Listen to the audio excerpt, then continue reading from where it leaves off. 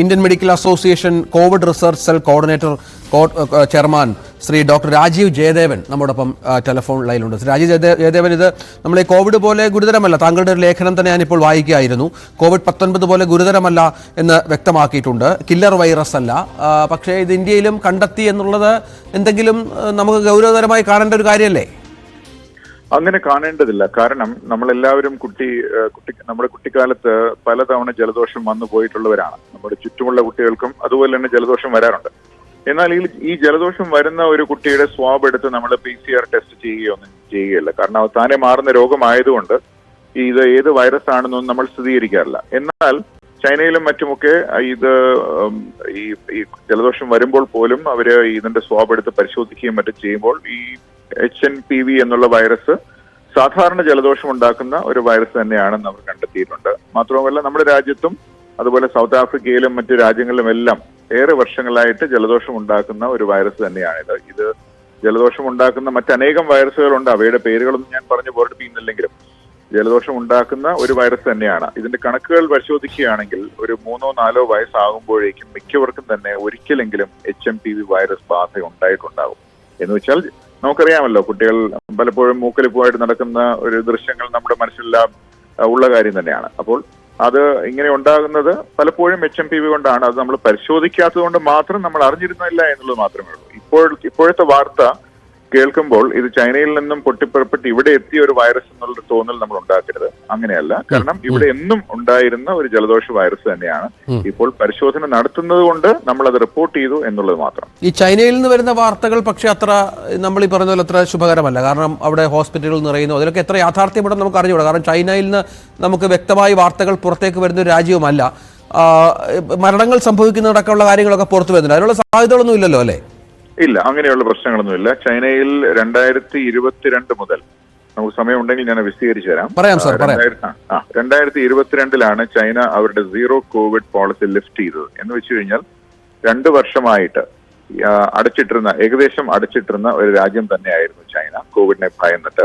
എന്നാൽ ബാക്കി രാജ്യങ്ങളെല്ലാം തന്നെ നേരത്തെ തന്നെ തുറന്നിരുന്നു. പക്ഷേ ചൈന 2022 ഇത് രാജ്യം തുറന്നു കൊടുക്കുന്നത്. അത് ശൈത്യകാലത്താണ് തുറന്നു കൊടുക്കുന്നത്. അപ്പൊ തീർച്ചയായിട്ടും അന്ന് ഒരുപാട് പേർക്ക് കോവിഡും മറ്റ് അനുബന്ധ രോഗങ്ങളും മറ്റു വൈറൽ രോഗങ്ങളും എല്ലാം വരികയും മരണങ്ങൾ സംഭവിക്കുകയും ചെയ്തിട്ടുണ്ട്. അതിന്റെയൊന്നും കൃത്യമായിട്ടുള്ള കണക്കുകളൊന്നും ലഭ്യമല്ല. നമുക്കറിയാം, അടച്ചിട്ടിരുന്ന ഒരു രാജ്യം തുറക്കുമ്പോൾ പ്രത്യേകിച്ചും ശൈത്യകാലത്ത് തീർച്ചയായിട്ടും ഒരുപാട് പേർക്ക് രോഗമുണ്ടാവും. അതുപോലെ തന്നെ ഒരു ഔട്ട്ബ്രേക്ക് ആണ് 2023 ഡിസംബറിലും ഉണ്ടായത്. കാരണം ശൈത്യകാലം നമുക്കറിയാം, ചൈന അങ്ങ് വടക്ക് സ്ഥിതി ചെയ്യുന്ന ഒരു രാജ്യമാണ്. അതിശൈത്യമുള്ള പ്രദേശങ്ങൾ അവിടെയുണ്ട്, പ്രത്യേകിച്ചും അതിന്റെ വടക്കൻ പ്രവിശ്യകളിൽ. വിന്റർ ആകുമ്പോഴേക്കും അവിടെയുള്ള എല്ലാ പ്രധാനപ്പെട്ട വലിയ ആശുപത്രികളിലും വലിയ തിരക്ക് അനുഭവപ്പെടുന്നത് വർഷങ്ങളായിട്ടുള്ള ഒരു ടെൻഡൻസിയാണ്. അതിന്റെയും ബാക്ക്ഗ്രൗണ്ട് ഞാൻ പറഞ്ഞുതരാം. ചൈനയുടെ പൊതുജനാരോഗ്യ രംഗം നമ്മൾ പരിശോധിക്കുകയാണെങ്കിൽ ജനങ്ങൾക്ക് വലിയ ആശുപത്രികളിൽ പോകാനാണ് താല്പര്യം. വളരെ നിസ്സാരമായിട്ടുള്ള വെറും ഒരു ജലദോഷം മൂക്കലിപ്പാണെങ്കിൽ പോലും പ്രത്യേകിച്ചും കുട്ടികൾക്ക് വരുമ്പോൾ പേരൻസ് ആശങ്കപ്പെടുകയും അവരെ വലിയ ആശുപത്രികളിൽ കൊണ്ടുപോയി കാണിക്കുകയും ചെയ്യും. അങ്ങനെ നിരവധി പേർ ചെയ്യുമ്പോൾ എന്താണ് അവർ സംഭവിക്കുക? ആശുപത്രികളിൽ തിരക്ക് അനുഭവപ്പെടും. ഇനി അവിടെയുള്ള മറ്റൊരു പ്രത്യേകതയും കൂടി ഞാൻ പറയാം. അത് വളരെ വിചിത്രമായൊരു സവിശേഷതയാണ്. അതായത് അവിടെ പൊതുവെ കുട്ടികൾക്ക് ഈ പനിയും മറ്റും വരുമ്പോൾ അല്ലെങ്കിൽ ജലദോഷം വരുമ്പോൾ IV ഡ്രിപ്പ് കൊടുക്കുന്ന ഒരു ടെൻഡൻസി അവിടെയുണ്ട്. അത് കൊടുക്കണ്ട എന്ന് ഡോക്ടർ പറഞ്ഞാൽ പോലും പേരൻസ് വഴക്കിട്ട് അവർ വാശി പിടിച്ച് കുട്ടികൾക്ക് ഡ്രിപ്പ് കൊടുക്കുന്ന ഒരു ടെൻഡൻസി അവിടെയുണ്ട്. നമുക്കറിയാം, കഴിഞ്ഞ വർഷം 2023 ചില ദൃശ്യങ്ങൾ പ്രചരിച്ചിരുന്നു. ഡ്രിപ്പ് എടുത്തുകൊണ്ട് ഹോംവർക്ക് ചെയ്യുന്ന സ്കൂൾ കുട്ടികൾ ചൈനയിൽ എന്നുള്ള തലക്കെട്ടോടുകൂടിയുള്ള ദൃശ്യങ്ങൾ നമ്മളെല്ലാവരും കണ്ടത് തന്നെയാണ്. അപ്പോൾ അതിന്റെ ബാക്ക്ഗ്രൗണ്ട് ഇതാണ്. ഇത് അവിടുത്തെ രീതിയാണ്. പക്ഷെ പ്രശ്നം വരുന്നത് ഡ്രിപ്പിലല്ല. പ്രശ്നം വരുന്നത് ഒരാളെ 10-15 മിനിറ്റോ കൊണ്ട് നമുക്ക് ഹാൻഡിൽ ചെയ്യാവുന്ന ഒരു രോഗിയെ 2-3 മണിക്കൂർ അല്ലെങ്കിൽ 3-4 മണിക്കൂർ ഒരു ആശുപത്രിയിൽ പിടിച്ചിരുത്തുകയാണെങ്കിൽ അല്ലെങ്കിൽ കിടത്തുകയാണെങ്കിൽ എത്രമാത്രം തിരക്ക് അവിടെ അനുഭവപ്പെടും എന്ന് ചിന്തിച്ചു നോക്കുക. അപ്പൊ ഇങ്ങനെ പല കാരണങ്ങൾ കൊണ്ട് ചൈനയിലെ ആശുപത്രികളിൽ ശൈത്യകാലത്ത് തിരക്കുണ്ടാകുന്നുണ്ട്.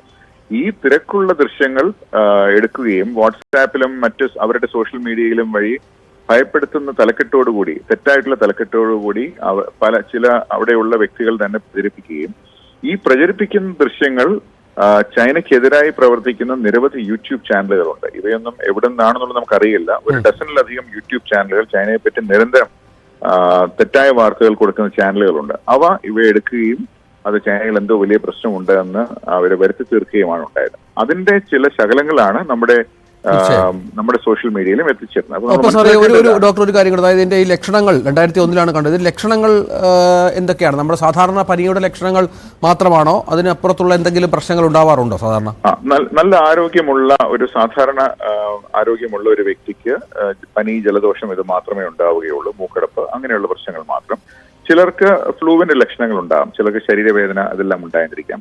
എങ്കിലും ആരോഗ്യം ക്ഷയിച്ച വ്യക്തികൾ, ഫോർ എക്സാമ്പിൾ ഇമ്മ്യൂണോസപ്രസൻസ് എടുക്കുന്നവർ, അല്ലെങ്കിൽ അടിസ്ഥാനപരമായിട്ട് ശ്വാസകോശ സംബന്ധ രോഗമുള്ളവർ, അല്ലെങ്കിൽ ഏറെ പ്രായം ചെന്നവർ, ആരോഗ്യം ക്ഷയിച്ചവർ, ഇവരിലെല്ലാം അല്പം കൂടി മറ്റേത് അണുബാധ തീവ്രമാകുന്നത് പോലെയും HMPVയും തീവ്രമാകാനുള്ള സാധ്യതയുണ്ട്.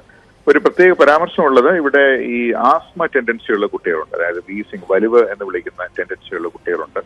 അത് അവർക്ക് ഏത് ഇതുപോലെയുള്ള ജലദോഷം വന്നാലും ഒരു ആസ്മ ട്രിഗർ ചെയ്യാനുള്ള സാധ്യതയുണ്ട്. അപ്പൊ അങ്ങനെയുള്ള കുട്ടികൾ ഈ ശൈത്യകാലത്ത് കൂടുതൽ സൂക്ഷിക്കണം എന്നുള്ളത് നമ്മൾ എല്ലാവരും പറയാറുണ്ട്, ഡോക്ടർമാർ പറയാറുണ്ട്. കാരണം അത് ആസ്മ വന്നു കഴിഞ്ഞാൽ കുഞ്ഞിനെ ഹോസ്പിറ്റലിൽ കൊണ്ടുപോവുകയും മിക്കവാറും ചിലപ്പോൾ അഡ്മിറ്റ് ചെയ്യേണ്ടി വരികയും എല്ലാം ചെയ്യാറുണ്ട്. അപ്പൊ അങ്ങനെയുള്ള ആസ്മ എക്സാസിബേഷൻ ഒരു കാരണമാണ് HMPV. മറ്റനേക വൈറസുകളോടൊപ്പം HMPVയും ആസ്മയുടെ ഒരു ആസ്മ മൂർച്ഛിക്കുന്നതിന് ഒരു കാരണമായിട്ട് ചൂണ്ടിക്കാണിക്കപ്പെടുന്നത്. മറ്റ് പല വൈറസുകളും, RSV എന്ന് വിളിക്കുന്ന വൈറസുകളും എല്ലാം ഈ ഏജ് ഗ്രൂപ്പിൽ കണ്ടുവരാറുണ്ട്. ഏകദേശം 3-4 വയസ്സാകുന്നതോടുകൂടി മിക്ക കുട്ടികൾക്കും തന്നെ, എല്ലാ രാജ്യങ്ങളിലും തന്നെ ഈ HMPVയുടെ ഒരു തവണയെങ്കിലും അണുബാധ ഉണ്ടായിട്ടുണ്ടാകാം. വീണ്ടും വീണ്ടും അണുബാധ ഉണ്ടാകാൻ കഴിവുള്ള ഒരുതരം വൈറസാണ് HMPV. നന്ദി ഡോക്ടർ രാജീവ് ജയദേവൻ, ഈ വിഷയത്തിൽ താങ്കൾ വിശദമായി സംസാരിച്ചതിന്.